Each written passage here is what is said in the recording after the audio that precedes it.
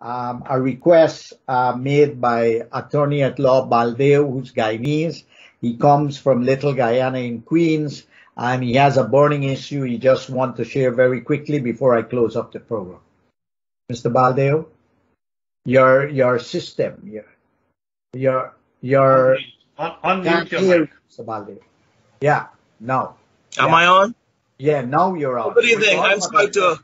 You heard what I said. You only Yes, I heard you. Yes. Good. I'm very sorry to disturb your program. I was enjoying it myself and learning a lot. Go ahead. People. You lobby Thanks very. for here, Little Guyana, Paul and Mr. Jonas. How are you, sir? And Ms. Baila and Miss Haynes, and I also know Mr. Singh very well. Satay Singh, Monet Singh, Yogesh Singh, all of them. So we have a friendly audience here. Let's get to this map here. Are you seeing my map? Yeah, we're looking at the South Ozone. And we're trying to get the message out to Guyanese over here and also wherever we are in the diaspora that we wanted to unite Richmond Hill, Ozone Park, and South Ozone Park, which is this mass of land here, a very critical mass. Now, recently, they mentioned Little Guyana, and I heard you say that, and that has been international news. But the translation of that into politics is that we do not have an official seat as a base of representation, so to speak. And we're the only, although we're the second largest immigrant group in New York City, and we're the fifth largest in New York, we still don't have a seat that we can call our own. And as you know, America was built on no taxation without representation. And that principle is inured to our people from Haiti have come here and they've gotten their own seats all across New York City. I came the closest. I almost won a state Senate seat. That is like half of Guyana, 350,000.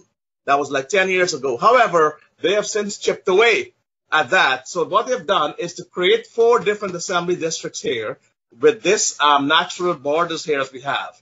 Here you have a natural border of Jamaica and Hillside Avenue, or Park Lane, so to speak. Then you have the Van Wyck Expressway. Then you have the Belt Parkway. And then you have Woodhaven. Now, this is a natural configuration, a natural contiguous zone. And this is supposed to be Little Guyana or a seat that we can call our own.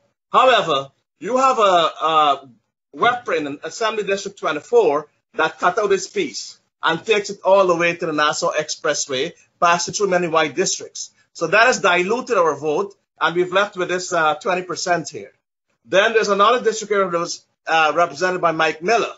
And Mike Miller also goes all the way to Glendale. There's no characteristics or nothing in common with them. Then they gave us this, then they took away this little piece. As you can see, this is like economic hub next to Kennedy Airport, which can create a lot of jobs and help, get us, our people some jobs, especially this COVID time. And you have Aqueduct here in Resorts World. Now, a lot of our money and people have been spent here building this behemoth, and this has contributed a lot to the tax revenue of New York State. However, they have taken this away and given it to Howard Beach. Now, from the time you hear Howard Beach and you hear Little Guyana, you know that the two will not mix. There have been many hate crimes, so to speak, there, and that has been the problem that we have. And then this is South Ozone Park, which Richard David ran for, and I ran for 8024. So neither of us could have won our separate seats, but we were able to at least lay the foundation to show them that when you add the votes together. So, attorney, what is it you want? Why you said you wanted? Oh, the most important thing is that tomorrow there's a rally and a press conference. Every 10 years, every 10 years you have this happening.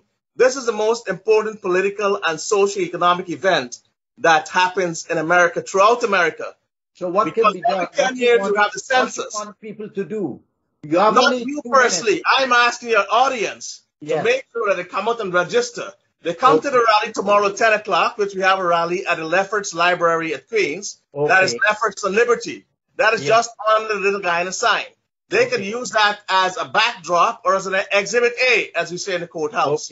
Mr. Jonas to be familiar with that. Exhibit A means the city of New York has passed a law designating Little Guyana as a compact, contiguous natural district. Then how is it we can have our own political representation where we will have a seat at the table of government? After all, this is what American participatory democracy is all about. So they must come out and be part of that rally. We're not asking them to speak. I will do the speaking, but those others who are inclined to speak can do so. But at least they can stand with this placard and let the press see It speaks volumes that you're uniting Richmond Hill, Ozone Park, South Ozone Park. It speaks for itself. And therefore, they can come there and get the message that we want fair redistricting. Wonderful. Because this is the fourth decade in America I'm in, and it's a fourth go-round after every 10 years that we're trying to get a fair district. Okay. And we have none. So what you have to do also, Paul, more importantly... Redistricting is a very important issue in America, and it's... Exactly, and it's what we call gerrymandering. They go hand in hand, where you deprive people, you box them out, and you dilute them, and you suppress them. You marginalize but the important thing for you that this happens all over the world. It's not for Albert Baldeo, it's not for Paul Baldeo, it's not for Mr. Jones, it's for everyone. To the audience is that you have a meeting tomorrow and you want them there. Is that correct? The meeting that's only half of it. The most important part. You don't have much time to give too much details. Okay, let them go on to irc.gov. They have to go on to irc.gov and register to speak. Wonderful. They will give 3 minutes of testimony and send them all this map. This map is available on my website with talking points on Facebook. I will check it out myself too. And you can give a testimony from where you are with your knowledge and encyclopedic and historical knowledge. I know you are. I am no one to preach to the converted, but you have fought like this before. You have fought these issues before. So you go to irc.gov, Paul, Dr. Professor Paul, and register. And tell them about your experiences, that these people have been marginalized and that they deserve representation. And they will start at 2 o'clock in the afternoon. So at 2 p.m., you go on the website. It's a government website. They have an independent redistricting panel. And that panel will make sure that the testimonies are heard and consolidated. So what you have is that we'll have a district that's called a community of interest. That's what the law states. All communities of interest must be recognized. If you recognize us as Little Guyana, if you recognize us as the 5th largest of New York State, if you recognize us as the 2nd largest immigrant population, then you must give us the bacon. You must give us our district. Wonderful. I'd like to thank you, Mr. Baldeo. I'd like to thank you that you're keeping the fight alive there in New York, Guyanese, alive and kicking, fighting for your rights. It's like here in D.C., we are fighting for a state. We don't have a state, you know, so we are fighting in D.C. for a state too. So thank you once more. I have to close up the program. We only have a few minutes. Correct. So I'll ask all of them to come up tomorrow at 10 o'clock in the Lefferts Library. Wonderful. And also register at irc.gov. IRC, Independent Redistricting Commission.gov. Wonderful, wonderful. Stand up and be counted. Wonderful, wonderful. Thank you, thank you, thank you. Guyanese at home, Guyanese abroad. Same struggle, fighting for our rights. Now, thanks again on this program that we did on global poverty and inter-ethnic challenges. I think the views expressed here were complex, some of it complicated, but it shows that there is no one size fit all when you're dealing with these kind of issues.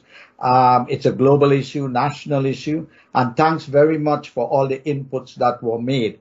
Now, myself, Floyd Haynes, and Timothy Jonas are usually on this program the 3rd Wednesday of every month. So I would like to advertise what is going to be the next program next month. It has to do with this book. And I am going to try and give a gift to both Timothy and Floyd on this book. It's called The Untold Story of the Berbice Slave Rebellion, Blood on the River, A Chronicle of Mutiny and Freedom on the Wild Coast by Marjolaine Cars. This is an issue, the Berbice Rebellion, that has been on my mind for many years. I've written a piece about it and about Daly's book. And I always was hoping and dreaming that somebody who knew Dutch will go into the archives. And this professor, who is of Dutch origin, went into the archives and got 900 documents of interrogations done on people, Guyanese, who were slaves who were involved in the rebellion. And she has written a very fascinating book about Berbice Rebellion. I just want to leave you with a tease. Had this Berbice Rebellion succeeded, we would have been the first independent republic in the Western Hemisphere, before Haiti and before the United States of America. It's a fascinating story, and we will get the author to come into our program, and Floyd and myself and Timothy and the Chancellor of the University of Guyana. I would like Guyanese to try and get this book. This is a vital, vital part of our history, of who we are and where we are today and where we are going. Very, very important. So ladies and gentlemen, thank you very much. Shalane, I know it's late, early in the morning in Johannesburg. Thank you for staying up. You look as fresh as the morning. And thanks to everybody else for being on the program. We'll keep in touch. Take care. Thank you, Paul. Thank you all.